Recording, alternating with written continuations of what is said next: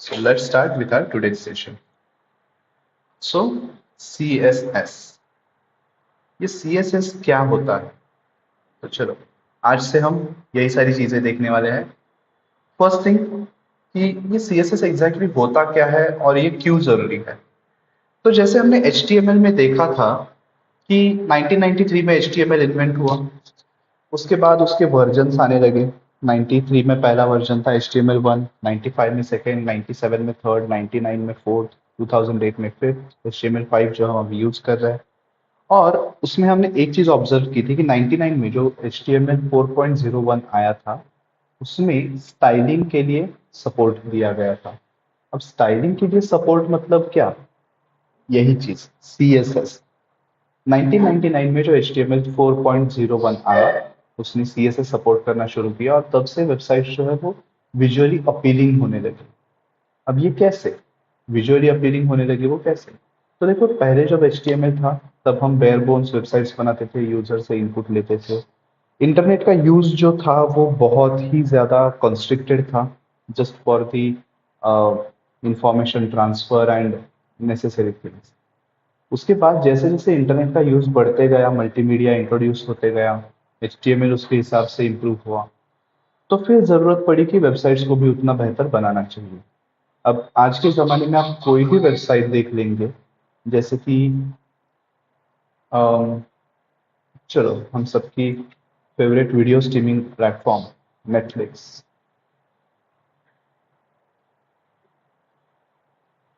Netflix अगर आप देखोगे, नेटफ्लिक्स भी काफ़ी पुरानी है। ठीक है, ये देखो, फाउंडेड 97। बट आज के ज़माने में अगर आप नेटफ्लिक्स देखोगे तो it looks good, it is well set and everything, बहुत ही बढ़िया बनाई है ये वेबसाइट। और सब्सक्रिप्शन लेने के बाद you get access to an number of series, movies, everything. So ये अगर आप वेबसाइट देखोगे तो इसका जो UI है, यूजर इंटरफेस, उसका विजुअल अपीयरेंस काफी अट्रैक्टिव है। मतलब मेरे पास अभी सब्सक्रिप्शन नहीं है नेटफ्लिक्स का, बट जिसके पास होगा आपको पता है कि वो जब आप लॉग इन करते हैं तब और ज्यादा वो इंटरेस्टिंग होने लगती है। So this is how CSS ने आपकी हेल्प की in creating some really nice visually appealing websites। तो CSS मतलब cascading style sheets. Cascading style sheet मतलब आपको आपके वेब पेज पर जो भी स्टाइलिंग अप्लाई करनी है, जो भी उसका विजुअल अपीयरेंस आपको इम्प्रूव करना है, वो आप इन कैस्केडिंग स्टाइल शीट्स को यूज करके करते हैं। Now why cascading style sheets? Because you can use them along with your HTML। इसके लिए आपको कुछ अलग से सॉफ्टवेयर, अलग से कुछ प्रोग्रामिंग वगैरह करने की जरूरत नहीं पड़ती। आप इसको आपके HTML के अंदर ही लिख सकते हो और ये आपको आपके वेब पेज में विजुअल अपीयरेंस अच्छा करने में, उसका विजुअल अपील बढ़ाने में आपकी हेल्प करते हैं। अब ये क्यों जरूरी है? अब ये क्यों जरूरी है, इसका आंसर हम इस तरह से ढूंढेंगे। मैं आता हूँ यहाँ पर CSS में और यहाँ पर हम आपके बैच का एक फोल्डर बनाएंगे। ठीक है, आपकी बैच है 0803, राइट। आपके बैच का एक फोल्डर बनाएंगे, इसके अंदर हम कमांड प्रॉम्प्ट ओपन करेंगे। कमांड प्रॉम्प्ट में हम चलाएंगे VS कोड।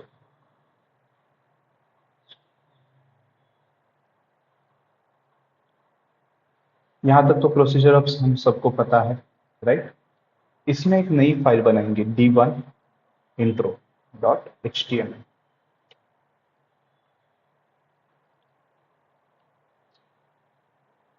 उसको नाम देंगे CSS इंट्रोडक्शन। ठीक है, मैंने इसको ऐसा नाम दिया। अब हम क्या करेंगे, एक बहुत ही सिंपल सा पेज बना के देंगे। ठीक है, बहुत ही सिंपल सा, जैसे हमने वो टेक्स्ट टैग्स सीखते हुए किया था ना, वैसे करके देखते हैं। तो चलो, न्यूज आर्टिकल हमने तब भी वही देखा था, आज भी वही देखेंगे, बट अब उसमें कुछ डिफरेंट करेंगे।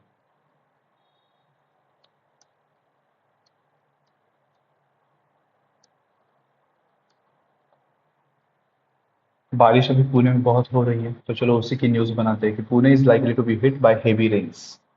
ये हो गया हमारा हेडिंग। फिर उसमें सब हेडिंग एक दे देते हैं।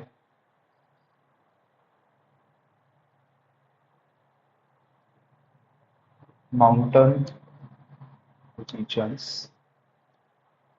are expected to be hit the most, क्योंकि सच है, दिस इज ट्रू। इसके बाद हम क्या करेंगे, पैराग्राफ टैग देंगे और उसमें कुछ रैंडम से 200 वर्ड्स की आर्टिकल जनरेट कर देंगे इस तरह से। अब इसको हमारे लाइव सर्वर पे देखते हैं कैसे होता है।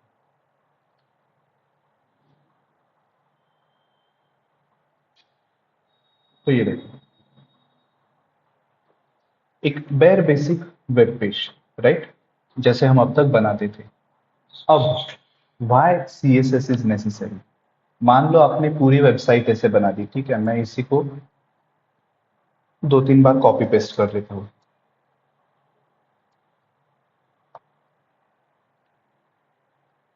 ये ऐसे। अब अगर ये मान लो अलग अलग न्यूज है, ओके, इन न्यूज को मैं आपको पढ़ने को देता हूँ, कहाँ तक पढ़ोगे आप? यहाँ तक। चलो आप बहुत ही इंटरेस्टिंग से पढ़ रहे हो, यहाँ तक पढ़ोगे।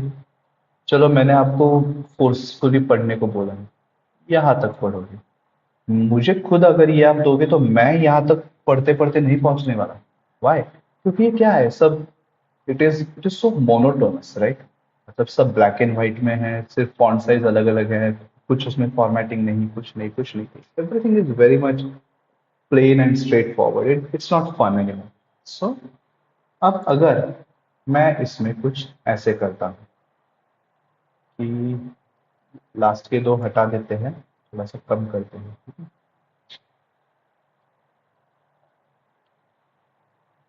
ये दो ही न्यूज आइटम्स मैंने रख दिए।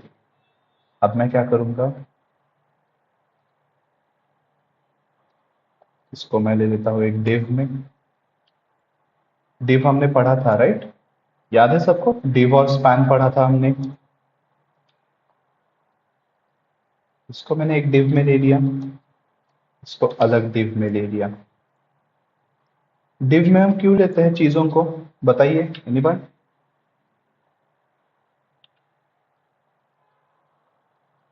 चलो गाइस, रिस्पॉन्ड कीजिए, डिव क्यों यूज करते हैं हम?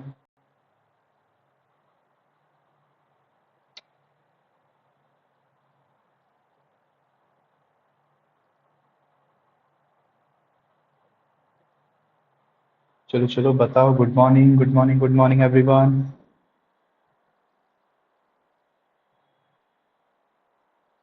अरे मैंने गुड मॉर्निंग नहीं, मैंने पूछा डिव क्यों यूज करते हैं। गुड मॉर्निंग इसलिए ताकि आप लोग जाग जाए। डिव क्यों यूज करते हैं बताइए।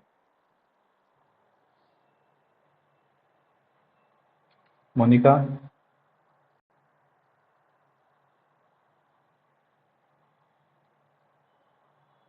आविष्कार?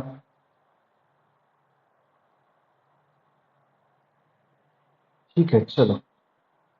फॉर क्रिएटिंग ब्लॉग्स, उनका कहते हैं for creating blogs. Yes, correct. It is near to correct answer, I won't say 100% correct, but near to correct. अब अगर मैं इसको इंस्पेक्ट करके देखता हूं तो मुझे क्या दिखता है कि ये मेरा एक सेक्शन बन गया है, इतना, राइट, और ये मेरा दूसरा सेक्शन बन गया है, ये देखिए।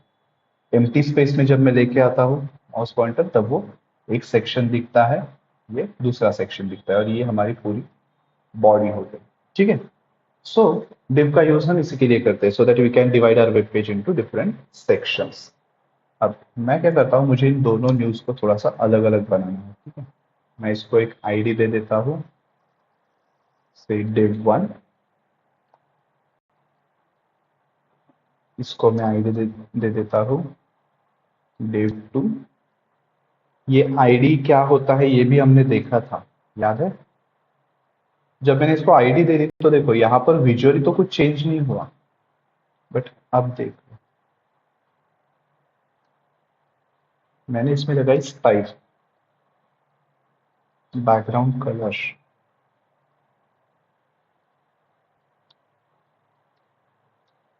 बारिश की न्यूज़ है तो थोड़ा सा बारिश वाला कलर ले लेंगे, ब्लूइश। ब्लू और ग्रे का कहीं पे मिक्सचर ले लेते हैं थोड़ा सा।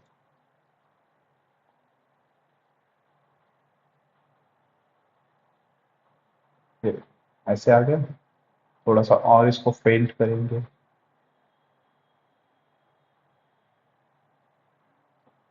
इस तरह से। ये जो दूसरी न्यूज़ है इसको भी कुछ कर देते हैं ऐसे ही। इसको थोड़ा सा अलग कलर लेंगे, इससे वायलेट।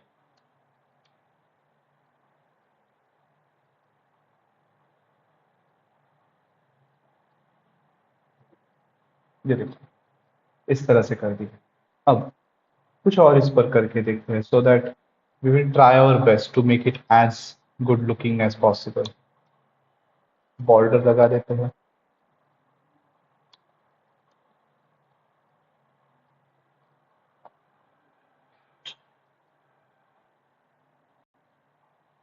उसके बाद उसकी विड्थ जो है, विड्थ उसकी कम कर देते हैं, लाइक से 45%। ये 45% क्यों किया है ये मैं आपको बाद में समझा दूंगा, ठीक है। ये सब चीजें अब हम सीखने वाले हैं। इसको भी बॉर्डर लगाएंगे, सॉलिड ब्लैक। एंड इसको भी हम विड्थ कुछ सेट करेंगे 45%।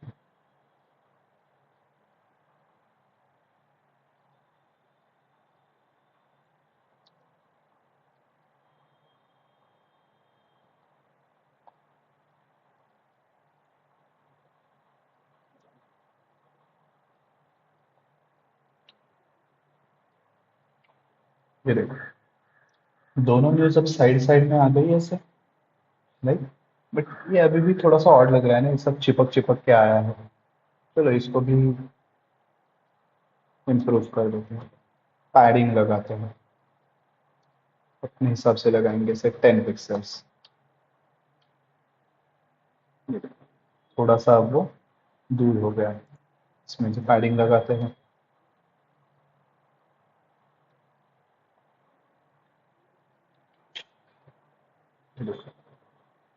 कुछ तो अलग लग रहा है ना कि थोड़ा सा पहले से तो ये बेहतर लग रहा है। पहले का अगर आपको याद होगा सब ऐसे एक लाइन में हमने दिया था, अब ये थोड़ा सा बेटर हो गया।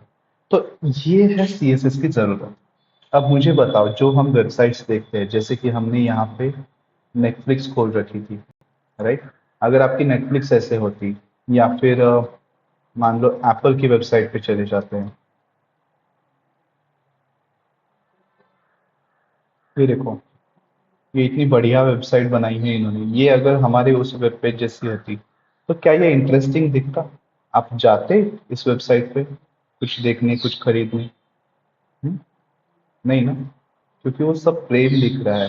तो अब कुछ इंटरेस्टिंग लग ही नहीं रहा उसमें। वेबसाइट बहुत ही इंपॉर्टेंट काम करती है कस्टमर्स को खींचने में। ये क्यों इतना खर्च कर रहे हैं वेबसाइट्स के ऊपर? लाखों लाखों रुपए हर महीने खर्च होते हैं वेबसाइट्स पे। Why? Because they make your company look attractive online, ठीक है। आपकी कंपनी रियल में जैसे भी हो, ऑनलाइन अपीयरेंस उसका बहुत बढ़िया दिखना चाहिए। How you can do that? By creating good looking websites. तो हमारे सीएसएस की नेसेसिटी यही होती है कि it adds visual appeal to our web pages. अब हम देखेंगे इसके टाइप्स क्या होते हैं, ठीक है। सीएसएस की टाइप्स हम देखेंगे। इसमें हमारे पास तीन टाइप्स होते हैं। एक होता है इनलाइन सीएसएस, एक होता है इंटरनल सीएसएस, एंड एक होता है एक्सटर्नल सीएसएस। तो अब इन तीनों को हम देख लेंगे, ओके। पहले हम देखेंगे कि HTML का जैसे हमने सिंटैक्स देखा था, वैसे हम CSS का सिंटैक्स देखेंगे। सिंटैक्स मैं वापस बॉयलरप्लेट कोड बना दिया। अब यहाँ पर एक एग्जाम्पल के तौर पर जो आर्टिकल हमने यहाँ पे बनाया था इसी को हम कॉपी कर लेते हैं, ओके। इसी को हम से कॉपी कर लेते हैं। अब हमारे पास ये जो तीन एलिमेंट्स है, ये तीनों एलिमेंट्स को मैं अलग अलग स्टाइलिंग लगाकर दिखा देता हूँ आपको, ठीक है। जो हमने तीन टाइप्स देखे हैं सीएसएस के, इनलाइन, इंटरनल एंड एक्सटर्नल, ये तीनों मैं इन पे लगा के आपको दिखा देता हूँ। So first we will see what is inline CSS, ठीक है। हम देखेंगे इनलाइन सीएसएस, पर उससे पहले चलो हम सिंटैक्स देखने वाले हैं। तो फॉर नाउ सबको साइड में रखते हैं, ओके। सीएसएस को आप लिखते हैं इन फॉर्म ऑफ की वैल्यू पेयर्स, ठीक है। सीएसएस को आप रखते हैं इन फॉर्म ऑफ की वैल्यू पेयर्स। की वैल्यू पेयर्स मतलब क्या? आपका एक कुछ ना कुछ एट्रीब्यूट होता है, ठीक है। उसके बाद आप कोलन लगाते हैं एंड देन आप उसकी वैल्यू स्पेसिफाई करते हैं, इसे कहते हैं की वैल्यू पेयर। अब इस अगर पहले वाले एग्जांपल में आप देखोगे, यहाँ पर जो मैंने सी एस एस लगाया, तो ये देखो, ये रहा हमारा एट्रीब्यूट, ये रही उसकी वैल्यू, ये अगेन रहा हमारा एट्रीब्यूट, ये रही उसकी वैल्यू, राइट। तो हम जो सी एस एस लिखते हैं वो इस फॉर्मेट में लिखते हैं, की वैल्यू पेयर्स।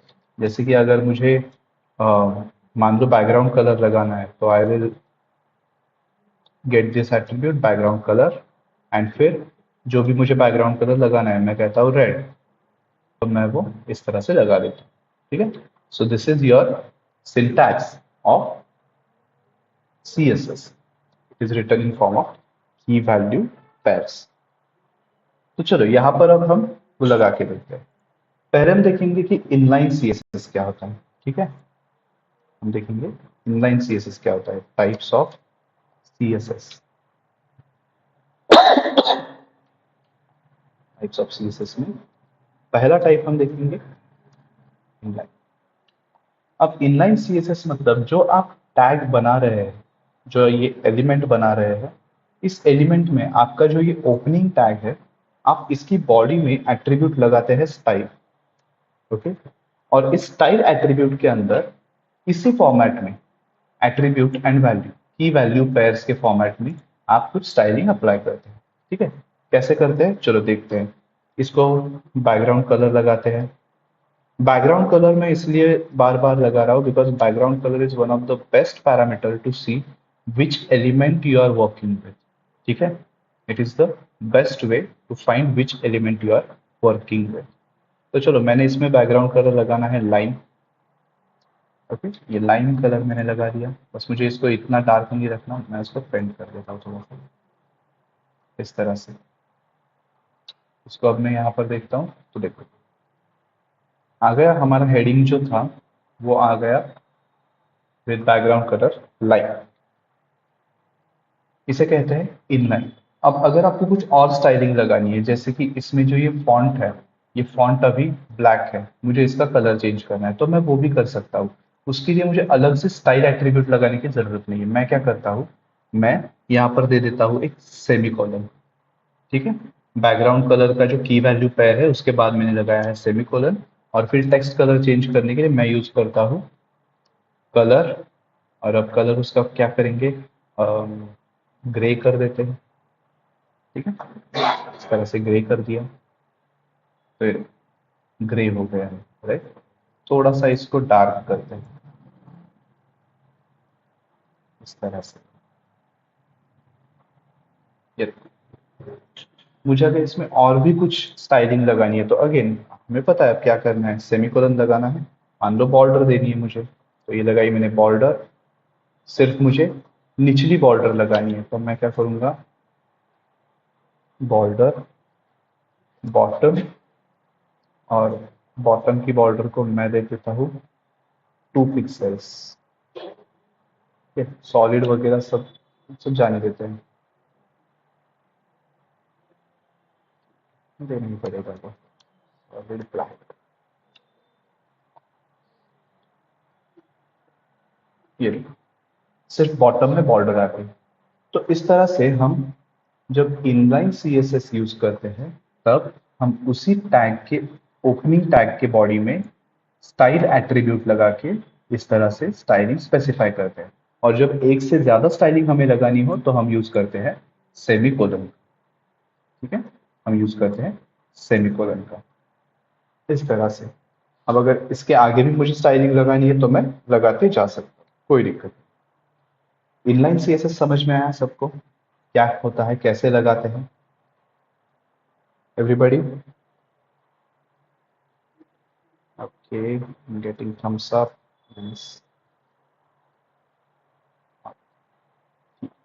नेक्स्ट देखेंगे इंटरनल सीएसएस क्या होता है। ठीक है, इंटरनल, इनलाइन और इंटरनल दोनों अलग अलग है। इनलाइन सीएसएस जैसे मैंने बताया कि ये ओपनिंग टैग के बॉडी में हम लिखते हैं। इंटरनल सीएसएस जो है उसे लिखने के लिए हमें जाना पड़ता है हेड टैग के अंदर। हेड टैग के अंदर हम लगाते हैं एक टैग स्टाइल, ठीक है, क्लोजिंग टैग है ये। और स्टाइल के अंदर हमें जिस एलिमेंट पे स्टाइलिंग लगाना है हम उसे लिखते हैं ऐसे, ठीक है, वो एलिमेंट का नाम, या फिर हम आगे जाके जब सिलेक्टर्स पढ़ेंगे तब उसका selector followed by curly braces. और अब इन कर्ली ब्रेसेस के अंदर हम लगा देंगे हमारी स्टाइल। जैसे कि मान लो बैकग्राउंड कलर इसका भी मुझे चेंज करना है, उसका लाइन किया था, इसका येलो करेंगे। मोनिका शायद इंटरनेट का इशू हो सकता है वो, क्योंकि मेरे यहाँ पे मैंने स्क्रीन शेयर ऑन रखा है। बाकी लोगों को दिख रही है screen? Omkar, Avishkar, can you guys please confirm आपको स्क्रीन दिख रही है क्या? Okay, Monica I guess that's some issue with your internet. एक बार वापस ट्राई कीजिए,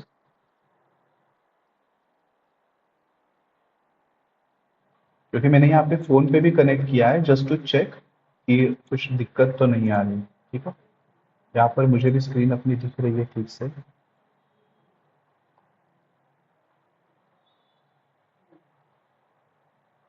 ऑलराइट, तो ये देखो मैंने यहाँ पे लगा दिया है बैकग्राउंड कलर।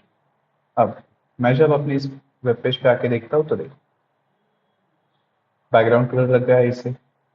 अगेन यहाँ पर भी मुझे क्या करना है, टेक्स्ट का कलर चेंज करना है। So I apply colour attribute. Colour इसका क्या करेंगे, टेक्स्ट का ब्राउन कर देते हैं। उस ब्राउन में थोड़ा सा डार्क ब्राउन करेंगे इस तरह से। तो ये देखो ब्राउन हो गया है कलर, ऑब्जर्व कर पा रहे हो? कलर थोड़ा सा चेंज हो गया, ब्राउन हो गया, ब्लैक से ब्राउन। ज्यादा ऑब्जर्वेबल नहीं है बट दिखने लायक तो चेंज है। उसके बाद मुझे मान लो इसको भी बॉर्डर लगानी है बॉटम में सिर्फ। तो बॉटम बॉर्डर इसको थोड़ा सा पतला कर देते हैं, सो 1px सॉलिड ब्लैक। इस तरह से मैंने इसको भी बॉर्डर लगा दिया। तो इन दोनों में अब डिफरेंस क्या है, ये जो हेडिंग है इसको मैंने सारी स्टाइलिंग अप्लाई की है उसके टैग के अंदर, मतलब इनलाइन सीएसएस। और ये जो H3 है हमारा, ये वाला, इसको मैंने स्टाइलिंग अप्लाई की है यूजिंग इंटरनल सीएसएस। मतलब स्टाइल टैग यहाँ पर बना के हेड के अंदर मैंने स्टाइलिंग स्पेसिफाई की है। अब हम देखेंगे कि एक्सटर्नल सीएसएस क्या होता है। ये इनलाइन और इंटरनल तो हो गया, एक्सटर्नल क्या क्या होता है। तो मैं यहाँ पर एक नई फाइल बनाता हूँ। Okay, D1 style 1 dot HTML नहीं करना है, अब करना है डॉट CSS। ठीक है, अब हमें करना है डॉट CSS। तो ये देखो हमारी एक फाइल जनरेट हो गई। अब हमें किस पर स्टाइलिंग अप्लाई करनी है, इस पैराग्राफ टैग P टैग पर। तो मैं क्या करता हूँ, यहाँ पे आता हूँ P, उसके बाद कर्ली ब्रेसेस, कर्ली ब्रेसेस के अंदर स्टाइलिंग स्पेसिफाई करूंगा, बैकग्राउंड कलर। इसमें अब कौन सा कलर दे देते हैं, इंडियन रेड। इंडियन रेड को भी थोड़ा सा लाइट बना देंगे।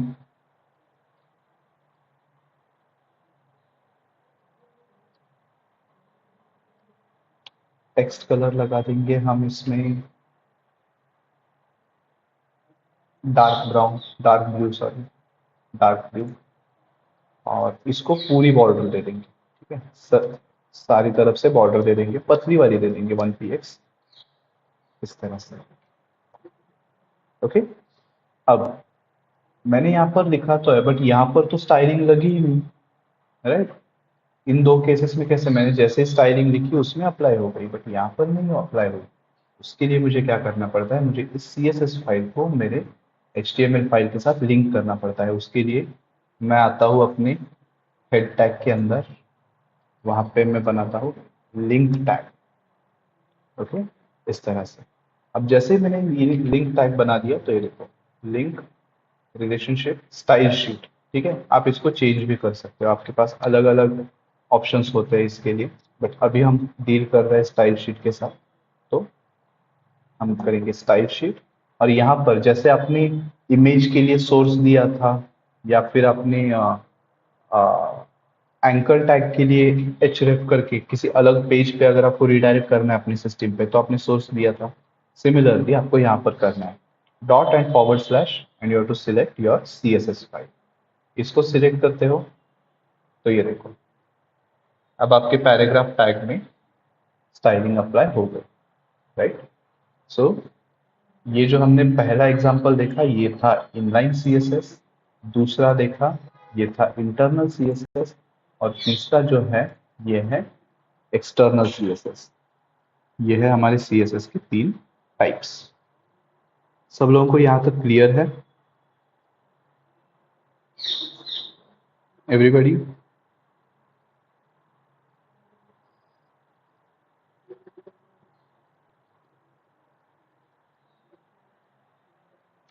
चलो, अब मैंने आपको बताया कि ये जो स्टाइल टैग है ये मैंने हेड के अंदर ही लिखा है। अगर आप पूछोगे कि सर अगर इसको मैंने हेड के अंदर नहीं लिखा तो क्या हो जाएगा, तो देखो हमने पहले ही देखा है कि HTML कभी भी एरर नहीं देता, ठीक है। बट हमने एक और चीज इसके साथ ऑब्जर्व की है, वो ये कि HTML कभी कभार आपका पोपट कर देता है। मतलब ये हो सकता है कि मैंने अगर ये स्टाइल टैग हेड के बाहर लिखा या फिर कहीं और लिखा, वो कभी कभार अप्लाई हो भी जाएगा, कभी कभार अप्लाई नहीं भी हो सकता है, ठीक है। सो ये उसमें दिक्कत आ जाती है। दैट्स वाई आपको स्टाइल टैग जो है वो हमेशा आपके हेड के अंदर लिखना है, एंड उस वजह से आपकी स्टाइलिंग ठीक से अप्लाई होगी। ऑल्सो अगर आपने मान लो एक ही एलिमेंट के लिए मल्टीपल स्टाइलिंग अप्लाई की, ठीक है, जैसे कि ये H3 है, इसके लिए मैं वापस से स्टाइलिंग अप्लाई करता हूं। जैसे कि यहाँ पर मैंने अभी बनाया, अब मैंने बैकग्राउंड कलर ले लिया है, ये लिया है बॉर्डर, टेक्स्ट कलर ले लिया, बॉर्डर बना दी। अब मैं क्या करता हूँ, मैं इसकी विड्थ यहाँ पे स्पेसिफाई कर देता हूँ, ठीक है। इसकी विड्थ हम बनाएंगे 50%, या फिर चलो परसेंटेज के जमेले में आपको अभी डालता ही नहीं। इसकी विड्थ हम लेंगे 400 पिक्सल्स, ओके, 400 पिक्सल्स। अब देखो यहाँ पर कुछ चेंज हुआ सा लगता है, अप्लाई हो भी गया है। ये देखो, इसकी बैकग्राउंड कलर जो यहाँ तक जा रही थी वो अब अंदर आ गई है, यहीं तक।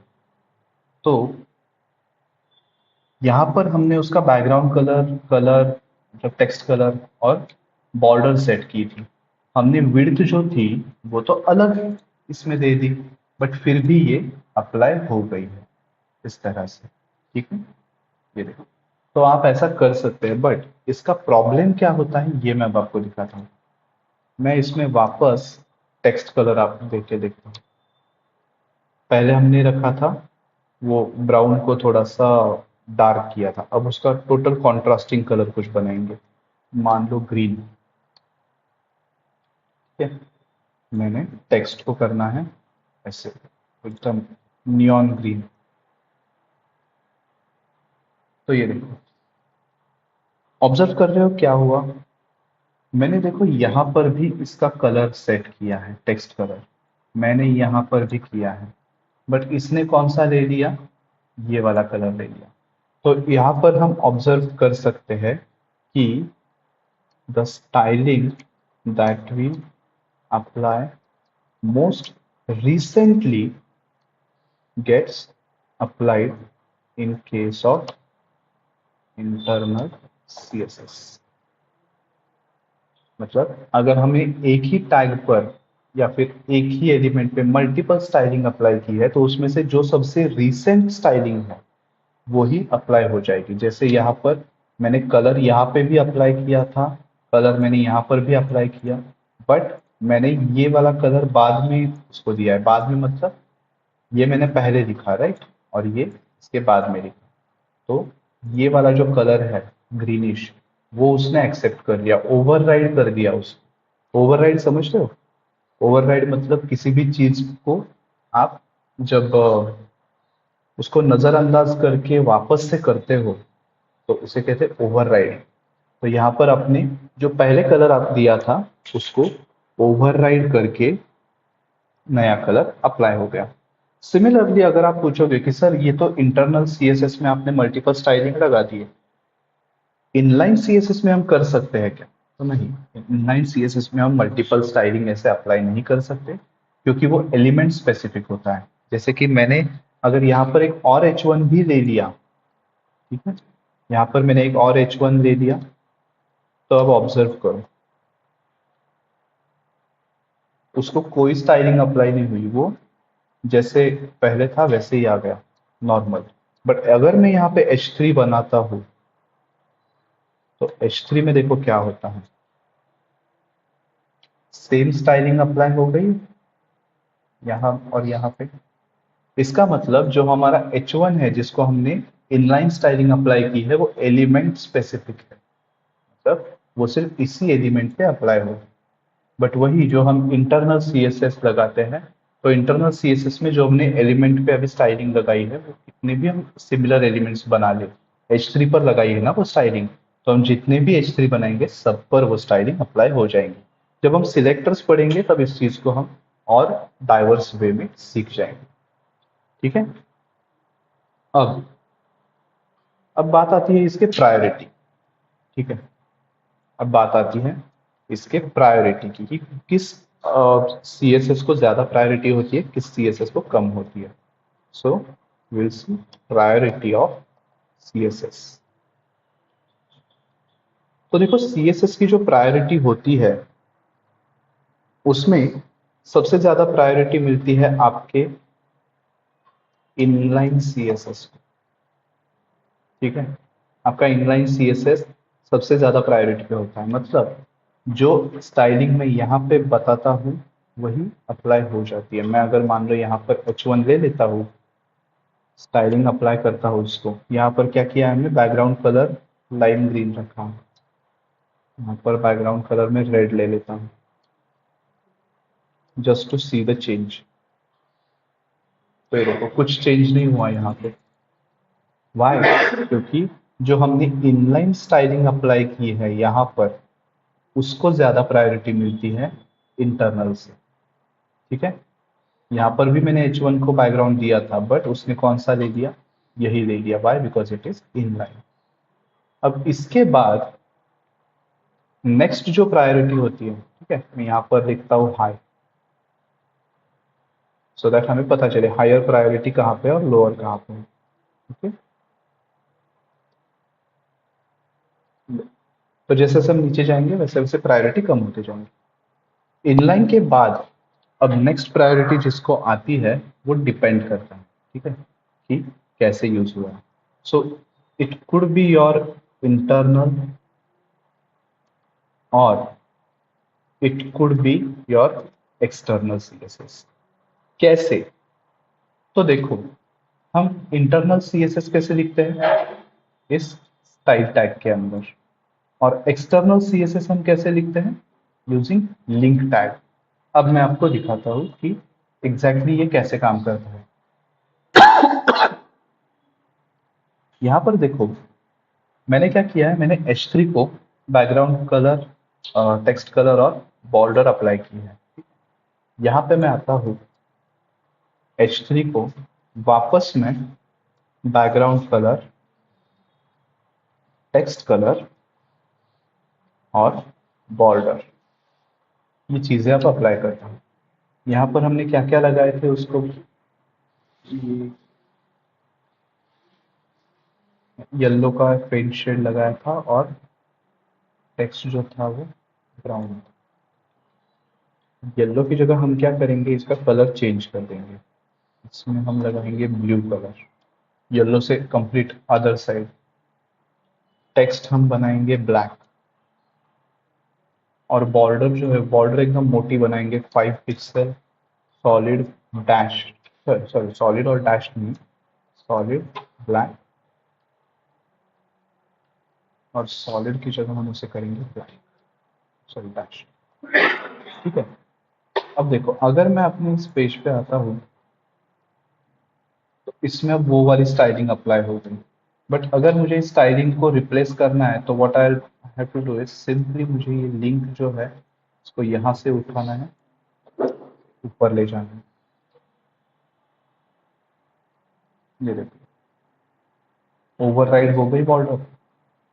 इसमें बस उसने ये जो बाकी की बॉर्डर है वही कैरी ऑन कर दी। ठीक है।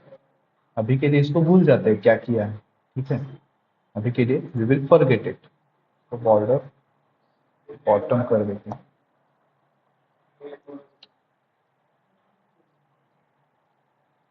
ये देखो,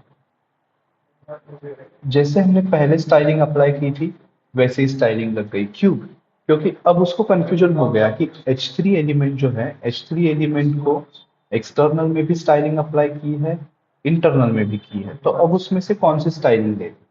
तो यहाँ पर हमारे HTML ने क्या किया कि उसने देखा कि किस स्टाइलिंग को पहले बताया गया है। तो हमने यहाँ पर लिंक टैग में जो स्टाइल अप्लाई की है एक्सटर्नल CSS की, यहाँ पर देखो, ये हमने एक्सटर्नल CSS लगाया है ना यहाँ पे। तो हमने ये पहले लगाया है और उसके बाद में हमने स्टाइल टैग लगा के यहाँ पर इंटरनल CSS में H3 को स्टाइल किया है। तो हालांकि ये बाद में आया है, मतलब इसको हमने मोस्ट रिसेंटली स्टाइलिंग अप्लाई की है, इसलिए उसने ये वाली स्टाइलिंग दी। अब अगर मुझे वापस एक्सटर्नल CSS की स्टाइलिंग अप्लाई करनी है तो मुझे ये टैग स्टाइल के नीचे लाना पड़ेगा। सेव करते हैं, ये एक्सटर्नल की स्टाइलिंग अप्लाई हो गई। तो इससे हमें क्या पता चलता है कि हमारी CSS में सबसे हाईएस्ट प्रायोरिटी होती है इनलाइन को, उसके बाद इंटरनल या एक्सटर्नल, ये किस पे डिपेंड करता है, depends upon which tag is placed most recent. Internal होगा तो स्टाइल टैग सबसे रिसेंट होगा, एक्सटर्नल होगा तो लिंक टैग सबसे रिसेंट होगा। इस तरह से इनकी प्रायोरिटी डिसाइड होती है। यहाँ तक क्लियर है सबको? चलो give me thumbs up.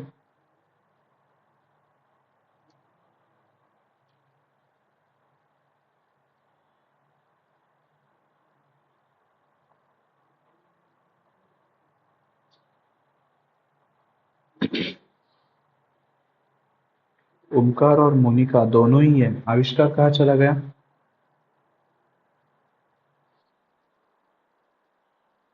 Okay, ठीक है। मोनिका समझ में आ रहा है आपको?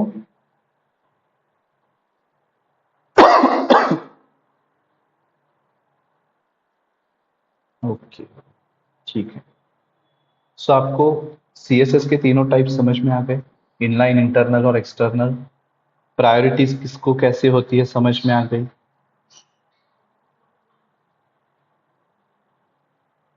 फाइन। अब हम नेक्स्ट देखेंगे कि CSS में सिलेक्टर्स क्या होते हैं। ठीक है, we will see CSS selector. अब हमारे पास तीन सिलेक्टर्स होते हैं, एलिमेंट, आईडी और क्लास। इसके लिए वापस यही एग्जांपल हम यूज करेंगे क्योंकि इसमें भी हमारे पास तीन ही एलिमेंट्स है। तीनों एलिमेंट्स को अलग अलग सिलेक्टर हम लगा देंगे। ओके, नई फाइल बनाते हैं, selectors.html।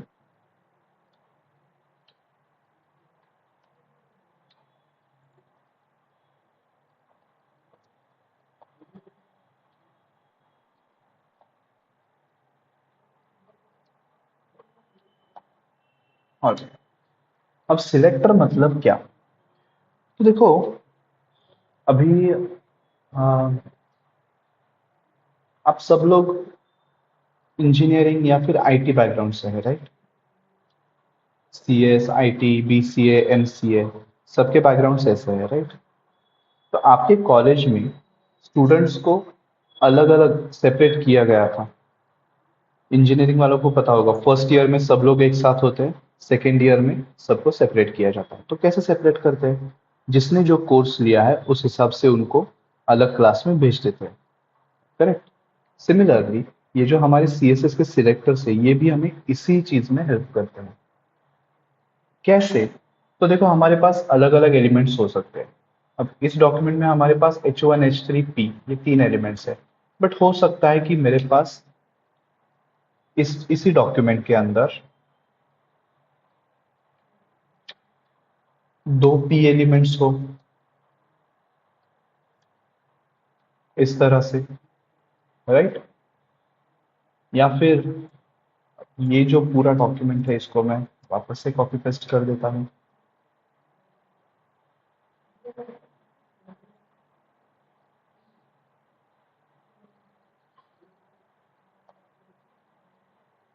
ओके, मैंने इसको कॉपी पेस्ट किया। तो ये देखो, अब मुझे ये ऐसे दिख रहा है, ठीक है? अब इस डॉक्यूमेंट में मेरे पास देखो दो H1 है, दो H3 है और चार P टैग्स है। अब मुझे इन पर स्टाइलिंग अप्लाई करनी है। तो मैं इस पर स्टाइलिंग कैसे अप्लाई करूंगा? मैं आइडेंटिफाई कैसे करूंगा कि कौन सा डॉक्यूमेंट कहाँ पे है? जैसे कि मान लो अब ये न्यूज़ है, दूसरे न्यूज़ का हम हेडिंग चेंज कर देते हैं, ठीक है?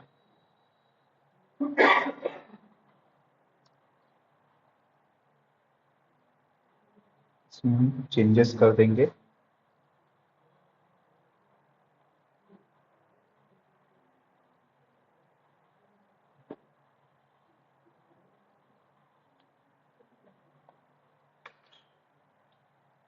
तो ये देखो, अब ये दोनों न्यूज़ अलग अलग हो गई।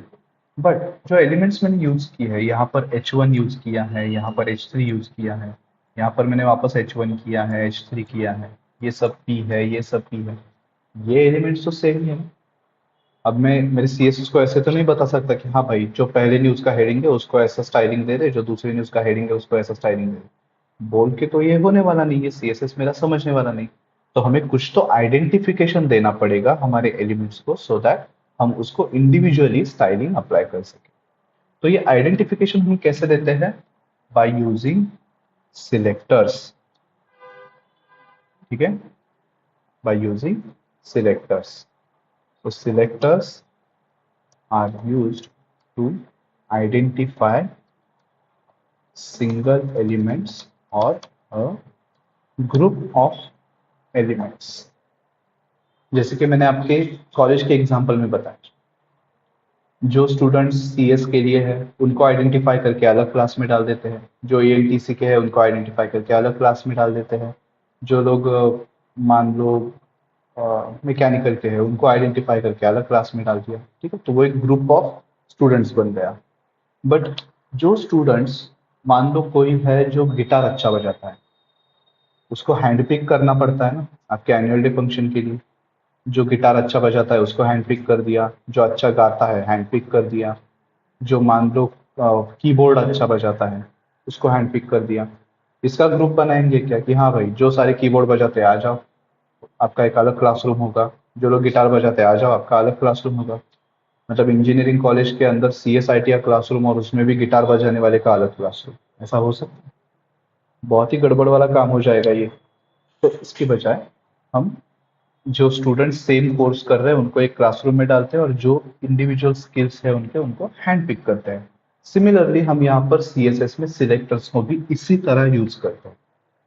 कैसे? अब देख लो, ये जो है, ये पहली मेरी पूरी एक ही न्यूज़ है। तो मैं यहाँ पर एक ही सिलेक्टर लगा दूंगा सबको इक्वली आइडेंटिफाई करने के लिए। ये जो दूसरी न्यूज़ है इसमें मुझे इंडिविजुअल एलिमेंट को स्टाइलिंग अप्लाई करनी है। H1 को अलग करनी है, H3 को अलग करनी है, P को अलग करनी है। तो यहाँ पर मैं इन सबको अलग अलग स्टाइलिंग अप्लाई करूंगा। अब ये स्टाइलिंग अप्लाई करने के लिए हमारे पास तीन सिलेक्टर्स होते हैं। वो तीन सिलेक्टर कौन कौन से होते हैं? एक तो एलिमेंट सिलेक्टर, दूसरा होता है आईडी सिलेक्टर और तीसरा होता है क्लास सिलेक्टर, ठीक है? हमारे पास ये तीन सिलेक्टर्स होते हैं। अब हम देखेंगे इसको यूज कैसे करते हैं। तो यूज करने के लिए आप ही बताइए कहाँ पे यूज करें, इनलाइन इंटरनल सीएसएस बनाएं या फिर एक्सटर्नल सीएसएस बनाकर इसमें देखें, which one would you prefer?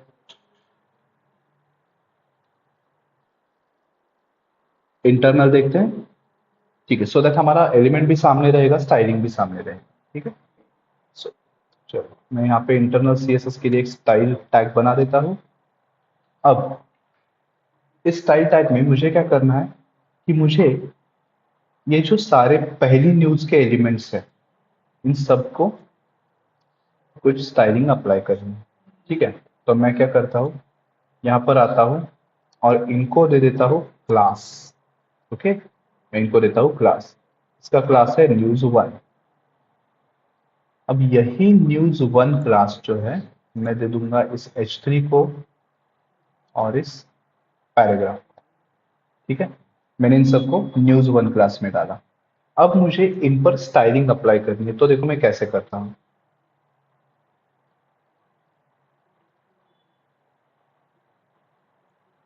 Extra होगा। अब मुझे इन पर स्टाइलिंग अप्लाई करनी है, तो मैं आता हूँ अपने स्टाइल टैग के अंदर, और अब मुझे क्या करना है, मुझे क्लास को स्टाइलिंग अप्लाई करनी है। तो क्लास को हम आइडेंटिफाई करते हैं using a dot. Okay, using dot. Dot में मैं लिखता हूँ न्यूज वन, और अब इसमें मैं स्टाइलिंग अप्लाई करूंगा। तो इसको चलो पहले बैकग्राउंड कलर दे देते हैं। बैकग्राउंड कलर हम रखेंगे बेज। फिर दे देंगे टेक्स्ट कलर, टेक्स्ट कलर को हम दे देंगे ब्राउन। बस ये दो ही एट्रीब्यूट्स अभी लगा के रखें। ये देखो मैंने एक ही स्टाइलिंग अप्लाई की, वो इन तीनों को अप्लाई हो गई है। कैसे? क्योंकि इन तीनों का जो क्लास है वो क्लास एक ही है। H1 का भी क्लास न्यूज वन है, H3 का भी न्यूज वन है, और पैराग्राफ का भी क्लास न्यूज वन है। तो ये तीनों एक ही क्लास के एलिमेंट्स हो गए, और इसलिए जो मैंने यहाँ पर इस क्लास के लिए स्टाइलिंग अप्लाई की थी वो इन तीनों को अप्लाई हो, ठीक है। इसे कहते हैं क्लास सिलेक्टर। क्लास सिलेक्टर को हम आइडेंटिफाई करते हैं यूजिंग अ डॉट।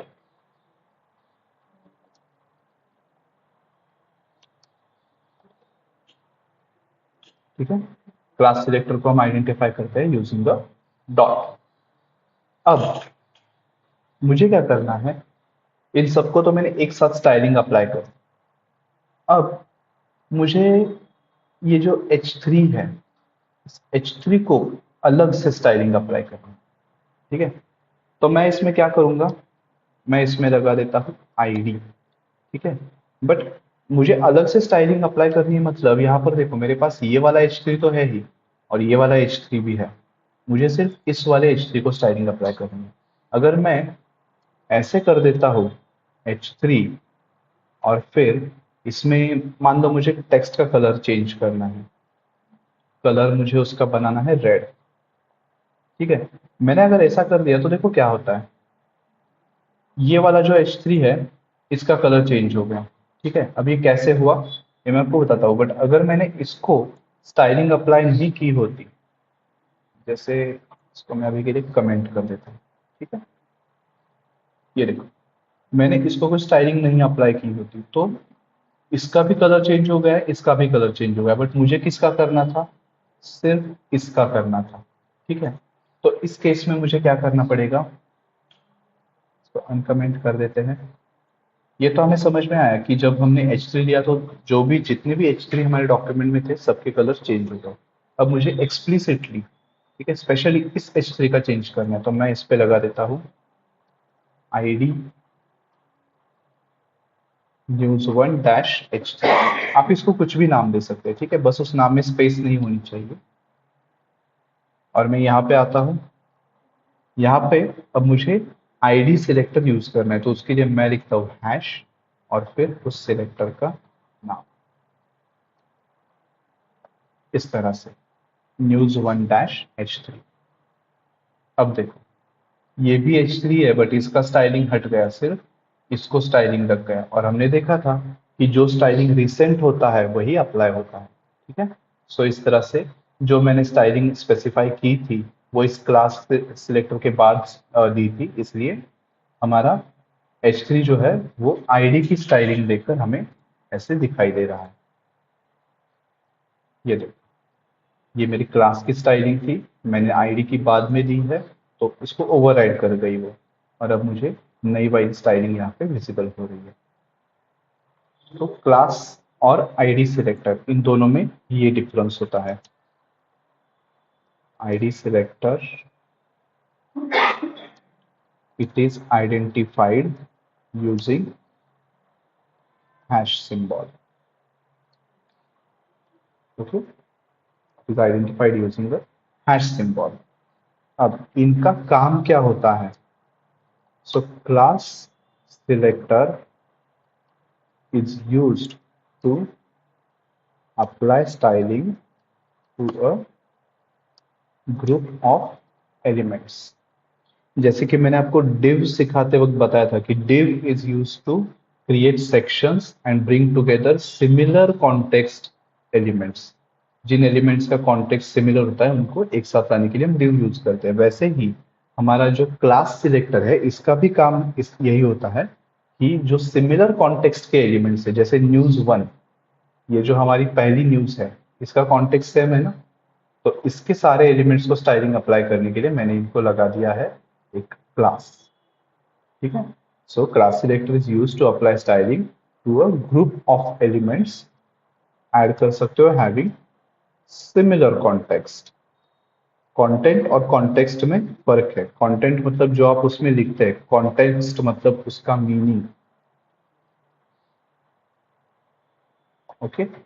और आईडी सिलेक्टर, इसका क्या काम है? तो it is used to apply styling to a unique element. Unique element मतलब क्या? ये आप कहोगे सर H3 तो यूनिक नहीं है, हम बार बार यूज कर सकते हैं, बट आईडी जो होता है वो आईडी यूनिक होता है। आप हर एक एलिमेंट को एक ही आईडी दे सकते हैं, वो आईडी आपको बाद में कहीं पर रिपीट नहीं करना होता। ठीक है। सो आईडी का यूज हम करते हैं एक यूनिक एलिमेंट को स्टाइलिंग अप्लाई करने के लिए। अब तीसरा जो सिलेक्टर हमारे पास होता है वो होता है एलिमेंट सिलेक्टर। ठीक है। तीसरा सिलेक्टर जो होता है वो होता है एलिमेंट सिलेक्टर। अब एलिमेंट मतलब क्या? ये हो गया हमारा एलिमेंट, ये एक एलिमेंट है, ये एक एलिमेंट है, तो ये सॉर्ट ऑफ यूनिवर्सल है। ठीक है। यूनिवर्सल मतलब अगर मैं मान लो इस पी को दो तीन बार रिपीट कर देता हूं, ठीक है, मुझे वो ऐसे दिख रहा है। अब मैं यहाँ पे आता हूँ स्टाइल के अंदर पी, और इसमें अब स्टाइलिंग अप्लाई करता हूँ। बैकग्राउंड कलर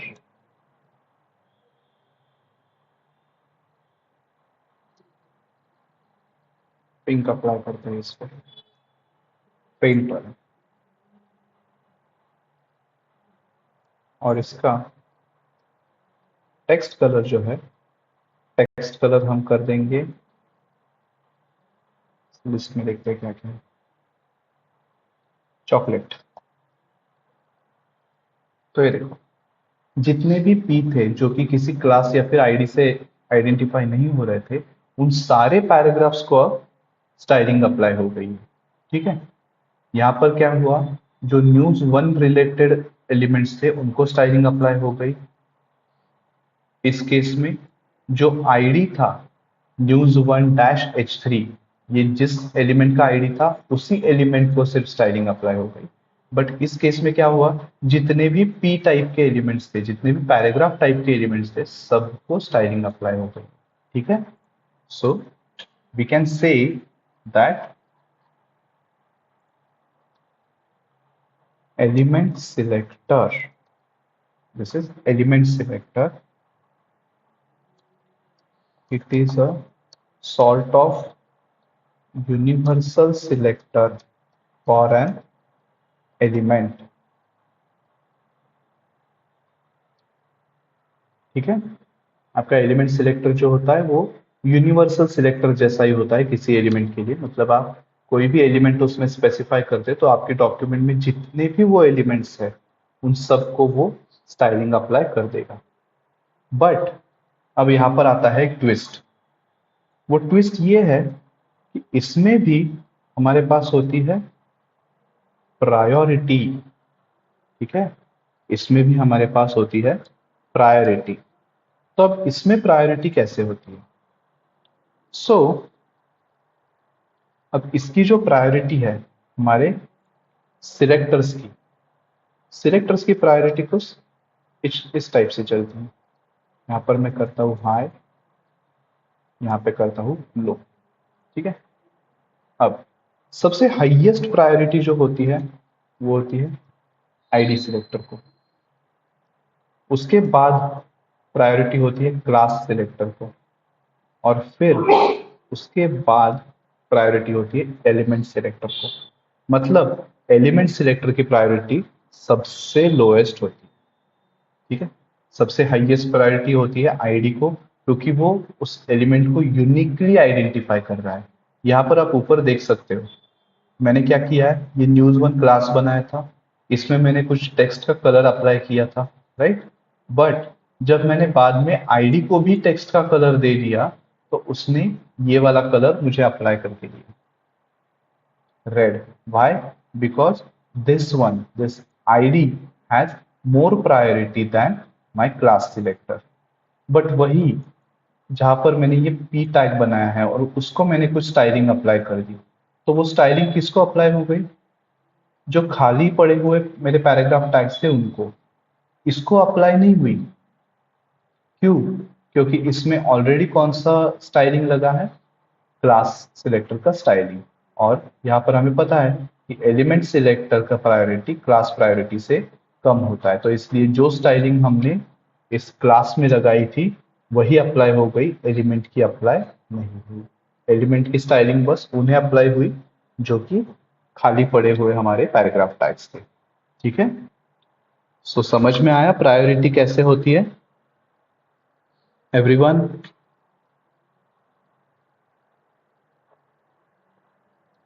ओके, ओमकार, आविष्कार, मोनिका, तीनों को समझ में आया है। Nice, good. So this was about our CSS selectors. ये 3 सिलेक्टर्स होते हैं। टाइप्स भी सीएसएस के 3 होते हैं। इसमें हमने प्रायोरिटी देखी थी, राइट। सबसे ज्यादा प्रायोरिटी होती है इनलाइन को, उसके बाद इंटरनल या एक्सटर्नल को होती है। वो किस पर डिपेंड करता है कि किसको सबसे रिसेंटली लिखा गया है। अगर एक्सटर्नल रिसेंटली लिखा है तो एक्सटर्नल की स्टाइलिंग अप्लाई होगी, अगर इंटरनल रिसेंटली लिखा है तो इंटरनल की होगी। और वही सिलेक्टर्स के केस में हमारे पास 3 सिलेक्टर्स होते हैं, एलिमेंट, आईडी और class. Element is kind of universal selector for any element. ID, it identifies each element uniquely, and class, it is used to group together elements of similar context. इसमें priority किसको सबसे ज्यादा होती है? ID को, उसके बाद क्लास को, और सबसे आखिरी में प्रायोरिटी दी जाती है एलिमेंट को। ठीक है। ये देखो, आईडी को सबसे हाईएस्ट प्रायोरिटी होती है, फिर क्लास को प्रायोरिटी होती है, एंड देन सबसे लोएस्ट प्रायोरिटी होती है हमारे एलिमेंट को। ठीक है। चलो next we will see what is comments. अब कमेंट्स तो हमने HTML में भी देखी, राइट। इस तरह से हम HTML में कमेंट्स बनाते हैं। कमेंट्स का काम क्या था बताओ, इफ एनीबॉडी रिमेंबर्स कमेंट का क्या काम था? मोनिका आप बताइए।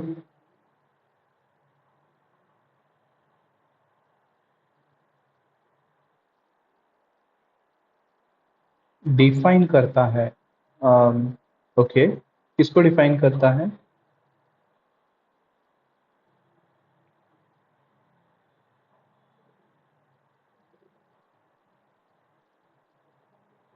चलो आई करेक्ट, ओके। कमेंट डिफाइन नहीं करता। कमेंट कुछ वहां पर हम ऐसा डेटा लिखना चाहते हैं जो हमें डिस्प्ले पर ना दिखाई दे, बट कोड में वो रहना चाहिए हमारे इंफॉर्मेशन के, तो उसको हम कमेंट के अंदर लिखते हैं। जैसे कि यहाँ पर ये मैंने प्रायोरिटी लिखी है, ठीक है। ये प्रायोरिटी देखो कहीं पे दिख रही है यहाँ पे डिस्प्ले पे? नहीं, बट वो यहाँ पर हमारे नॉलेज के लिए है कि इसकी प्रायोरिटी ऐसे होती है। या फिर ऊपर देखो मैंने ये सिलेक्टर्स के टाइप्स लिखे हैं, उसका काम लिखा है, तो वो भी हमें यहाँ पर इस पेज पे नहीं दिखाई दे रहा कहीं पे, बट वो वहां पर हमारे इंफॉर्मेशन के लिए रखा है। या फिर मान लो ये पेज मैं आपको दे देता हूँ, ठीक है, ये कोड, तो आपको कैसे समझ में आएगा कि मैंने इसमें क्या किया है? उस पर अगर मैं कमेंट्स लिख देता हूँ कि यहाँ पर ये किया है, वहां यहाँ पर वो किया है, तब आपको पढ़ के समझ में आएगा ना। तो कमेंट्स का यही काम होता है। Yes, so comments are used to give some extra information to the developer. ये कमेंट्स का पहला यूज है। दूसरा यूज ये होता है कि कोड का कोई पार्ट जो आपको डिस्प्ले नहीं करना बट कोड में रखना है, उसको डिलीट भी नहीं करना है। मान लो कुछ आपने एक एलिमेंट बनाया है, उस एलिमेंट को आपको वहां पे रखना है, चेक कर रहा है आपकी whether it is working fine, तो वो दिखना नहीं चाहिए बट वो होना चाहिए आपकी कोड में। तो उसके लिए आप उसको कमेंट आउट कर सकते हैं, ठीक है। और to hide a certain part of code while execution, ठीक है। So comments are used to give extra information to the developer or to hide a certain part of code while execution. Comment के ये दो काम होते हैं। अब HTML में हमने कमेंट्स देखे, इस तरह से हम लिखते हैं, right, angle bracket, exclamation mark, दो हाइफन्स। CSS में हम कमेंट कैसे लिखते हैं? तो CSS में हम कमेंट इस तरह से लिखते हैं। CSS में कमेंट लिखने के लिए हमें देना है फॉरवर्ड स्लैश एंड स्टार। इससे हमारा कमेंट शुरू होता है, कमेंट खत्म करने के लिए स्टार फॉरवर्ड स्लैश कमेंट खत्म हुआ, ठीक है। यह है हमारा CSS का कमेंट। आप VS कोड यूज करते हैं तो ये काम आपके लिए और ज्यादा आसान हो जाता है। आपको बस जो HTML में हमने किया था वही यहाँ पर करना है। ये मैंने शॉर्टकट कमेंट लिखा, मुझे अब इसको कमेंट आउट करना है, तो मैं क्या करता हूँ, इसको सिलेक्ट करता हुआ कंट्रोल फॉरवर्ड स्लैश, लो कमेंट हो गए, ठीक है। सो HTML और CSS दोनों में मेथड सेम है, यूज भी सेम है, बस आपका लिखने का तरीका अलग है। HTML में हम angle bracket, exclamation mark, two hyphens ऐसे लिखते थे। CSS में फॉरवर्ड स्लैश और स्टार इस तरह से लिखते हैं, ठीक है। This was our CSS comments. Now, this is the important part of CSS box model, ठीक है। इसको ध्यान से सुनिए, this is going to be our last topic for today's session, ठीक है। सो इसको बड़े ध्यान से सुनिए क्योंकि इस पर आपको इंटरव्यू में क्वेश्चंस पूछे जा सकते हैं, और इंटरव्यू के अलावा भी आपके CSS के काम में यही मॉडल आपकी बहुत ज्यादा हेल्प करता है। हर जगह ये आपको यूज होने वाला है, ठीक है। So we will see what is CSS box model.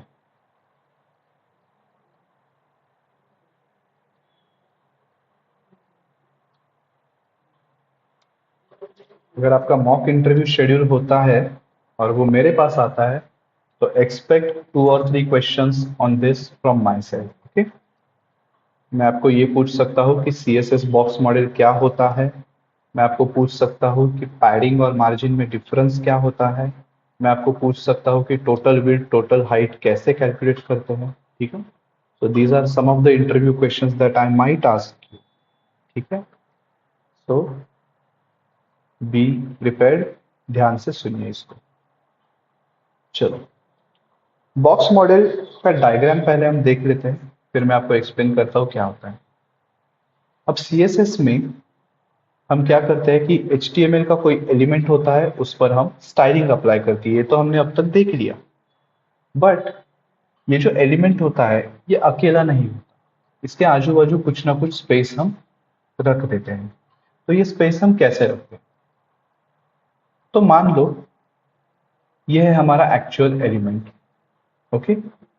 ये जो ग्रीन में है ये है हमारा एक्चुअल एलिमेंट।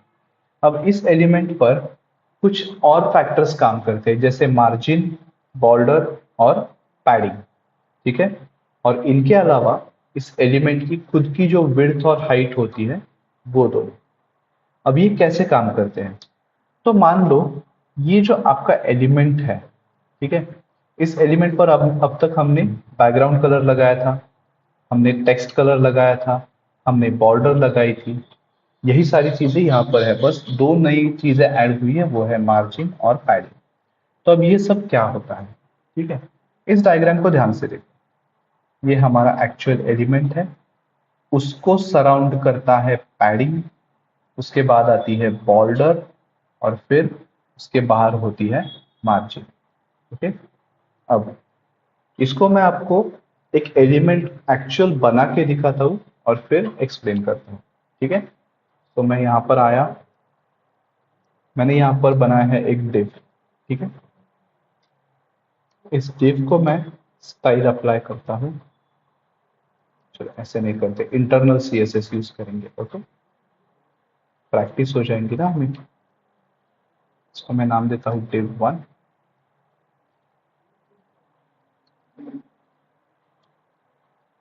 लोग कुछ नहीं लिखते, just keep it like this.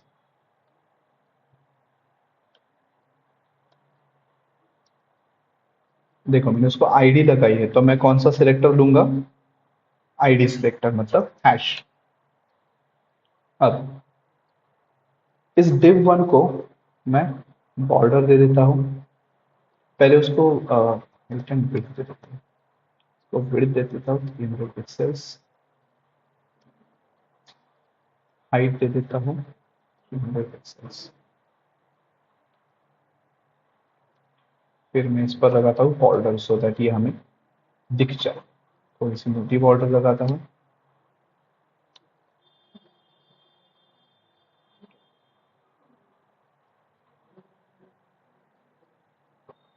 तो ये देखो, ये मैंने एक डिव बनाया है, ठीक है। अब मुझे क्या करना है कि मुझे इस पर आपको एक्सप्लेन करना है कि सीएसएस बॉक्स मॉडल कैसे काम करता है। सो देखो मैंने इंस्पेक्ट शुरू किया, ऑलराइट। अब यहाँ पे अगर मैं इस एलिमेंट को सिलेक्ट करता हूँ तो देखो यहाँ पर ये एलिमेंट मुझे दिख रहा है सिर्फ ब्लू कलर में। यहाँ पर नीचे टूल टिप में हमें उसका नाम दिख रहा है डिव, उसका आईडी दिख रही है div1, फाइन। अब मैं इस पर एक एक प्रॉपर्टी आपको अप्लाई करके दिखाता हूँ। अभी हमें पता है कि इसकी विड्थ है 300 पिक्सल, हाइट है 300 पिक्सल्स। अब मैं इस पर अप्लाई करता हूँ मार्जिन, ठीक है, मैं इस पर अप्लाई करता हूँ मार्जिन 20 पिक्सल्स, मैंने मार्जिन अप्लाई की है 20 पिक्सल्स। तो अब देखो, अगर आप सिंपली भी देखोगे तो ये जो डिव है, ये जो बॉक्स है, ये पहले टॉप लेफ्ट में चिपका हुआ था, राइट, एकदम टॉप लेफ्ट से चिपक के प्लेस हुआ था। अब ये थोड़ा सा दूर मूव हो गया है। अगर आपको देखना है तो ये देखो, मार्जिन को मैं कमेंट करता हूँ, यहाँ पर वापस आके देखता हूँ, अभी देखो इसकी पोजीशन कैसी है। मैंने यहाँ से मार्जिन को, ये देखो थोड़ा सा मूव हो गया है। अब जब मैं इसको इंस्पेक्ट में आकर देखता हूं तो ये देखो इसके सराउंडिंग एक ऑरेंज कलर का बॉक्स आ गया, ठीक है। और यहाँ पर नीचे टूल टिप में भी हम देख सकते हैं कि मार्जिन 20 px, राइट, मार्जिन आ गई 20 px जो कि हमने यहाँ पर अप्लाई की है। अब ये जो मार्जिन है, ये मार्जिन बाहर की तरफ से आ गई। अब मैं इसमें क्या करता हूँ, मैं इसमें ऐड करता हूँ पैडिंग, पैडिंग भी हम ऐड करेंगे 20 px। तो ये देखो, अब यहाँ पर मेरे पास एक ग्रीन कलर का बॉक्स आ गया है यहाँ पे, राइट, मेरे पास ये ऐसा ग्रीन कलर का बॉक्स भी एक आ गया। पहले मेरे पास क्या था, सिर्फ ये ऑरेंज बॉक्स था और ब्लू बॉक्स था, अब मेरे पास एक ग्रीन कलर का बॉक्स भी आ गया। मैं अब क्या करता हूँ, ये जो बॉर्डर मैंने लिखी है, इस बॉर्डर को थोड़ा और मोटा कर देता हूँ सो दैट वो आसानी से दिख जाए। ये देखो बॉर्डर अब दिख रही है आसानी से। अब मैं यहाँ पर ले जाता हूँ। अब हमें कितने लाइंस दिख रहे हैं, कितने कलर्स दिख रहे हैं इसमें? ब्लू कलर एक दिख रहा है, राइट। उसके बाद एक ग्रीन कलर दिख रहा है, फिर एक वो ब्लैक कलर की बॉर्डर दिख रही है, और फिर वो ऑरेंज कलर दिख रहा है। अब हम उसको कंपेयर करेंगे इसके साथ।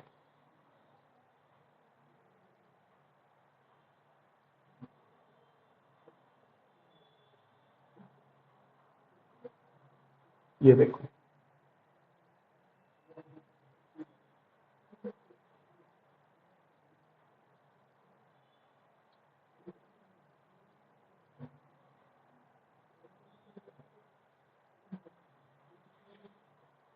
इन दोनों डायग्राम्स में कुछ सिमिलरिटी लग रही है आपको?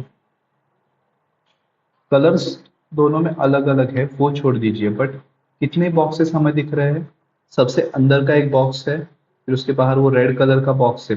आपके पीपीटी में देखिए, ग्रीन कलर का बॉक्स, रेड कलर का बॉक्स, ब्लू कलर का बॉक्स, ऑरेंज कलर का बॉक्स, करेक्ट।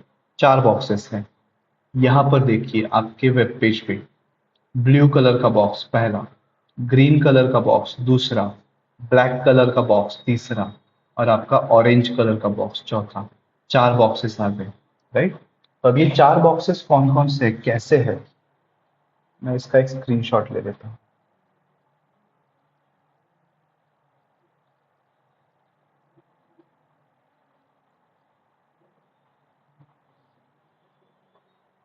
ओके। अब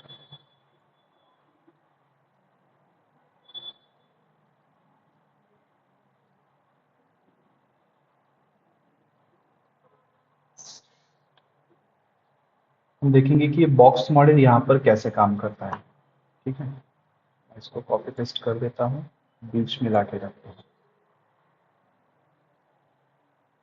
ओके, ठीक से दिख रहा है? Good। तो देखो, हमने क्या किया था, सबसे पहले हमारे कोड में आके देखिए, हमने विड्थ और हाइट देखी, राइट। 300 300, ठीक है। तो यहाँ पर देखो, ये रही हमारी विड्थ,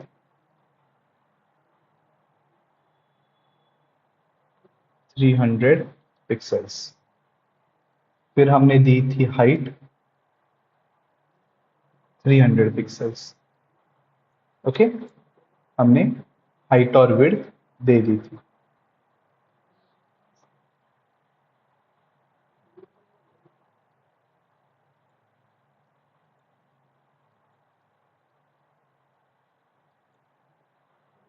उसके बाद हमने क्या किया है, इसका ट्रैक रखो, हम क्या क्या डायमेंशंस दे रहे हैं। उसके बाद हमने बॉर्डर अप्लाई की थी 10 पिक्सल्स। बॉर्डर कौन सी है?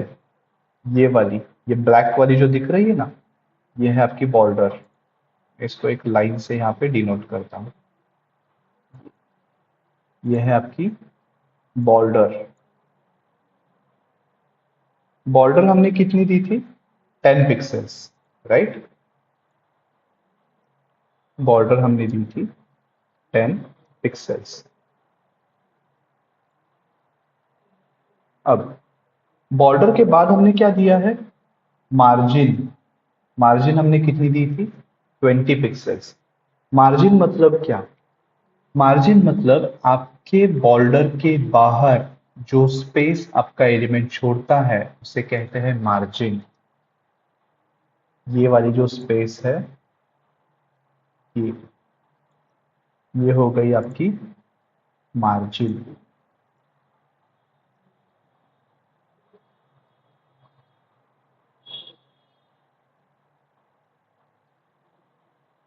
मार्जिन हमने कितनी दी थी? 20 पिक्सल्स, राइट। अब और एक हमने दिया था पैडिंग। पैडिंग भी हमने दी थी 20 पिक्सल्स, राइट। पैडिंग मतलब क्या? पैडिंग मतलब बॉर्डर के अंदर और आपके एलिमेंट के बीच में जो स्पेस होती है उसे कहते हैं पैडिंग। ये जो ग्रीन कलर का बॉक्स है, इसको ऊपर ले लेते हैं यहाँ पे। ऐसे। ये जो ग्रीन कलर का बॉक्स है, ये है हमारी पैडिंग। ये भी हमने दी थी 20 पिक्सल्स, ठीक है। सो इस तरह से हमारा जो एक्चुअल एलिमेंट था, जो कि ये बीच का ब्लू बॉक्स है, उस पर हमने मार्जिन, पैडिंग और बॉर्डर, ये तीनों चीजें अप्लाई करी। अब ये अप्लाई करने के बाद हमारा ओरिजिनल एलिमेंट जो 300 पिक्सेल्स का था, उसकी साइज अब चेंज हो गई है।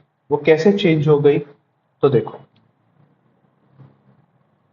यहाँ पर हम लेंगे इसकी पहले विड्थ, ठीक है। टोटल विड्थ कितनी होती है ये देखेंगे,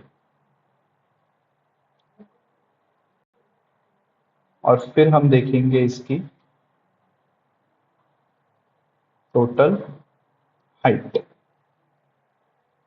ठीक है। हम इसकी टोटल विड्थ और टोटल हाइट, ये दोनों चीजें कैलकुलेट करेंगे। कैसे कैलकुलेट करनी है ये हम देख लेते हैं। तो ये देखो, ये इसकी टोटल हाइट और यह है इसकी टोटल विड्थ। अब एक एक करके हम इसको सॉल्व करेंगे, ठीक है। छोटा सा बहुत ही बेसिक मैथ्स है, एडिशन सब्ट्रैक्शन, सब्ट्रैक्शन भी नहीं, सिर्फ एडिशन वाला मैथ्स है, ठीक है। तो अब हमें टोटल विड्थ कैलकुलेट करनी है। तो विड्थ में हमारे पास क्या आता है, ये जो हमारे एलिमेंट की एक्चुअल विड्थ है 300 पिक्सेल्स, ये आ गई। मैं क्या करता हूं, मैं यहाँ पर कैलकुलेटर साइड में ओपन करके रखता हूं, ठीक है। इस पर हम कैलकुलेट करेंगे। I am not audible, just a minute, let me check. मेरा माइक ऑन है, एक बार कंफर्म कीजिए। मुझे यहाँ पर दिखाई दे रहा है कि मेरा साउंड तो जा रहा है, जस्ट एक बार चेक कीजिए। हेलो,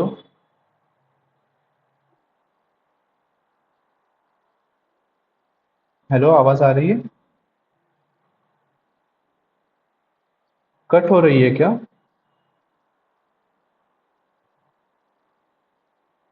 आवाज कट रही है या फिर क्या हो रहा है?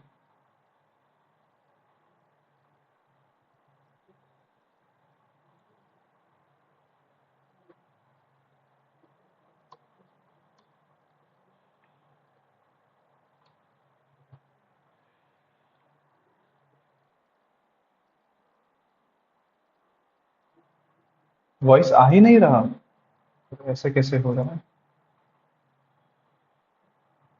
Hello hello, mic check, check. यहाँ पर तो दिखा रहा है कि आ रहा है ठीक से, साउंड एक्सेप्ट तो हो रहा है। जस्ट सेकेंड, अब बताओ, आवाज आ रही है क्या?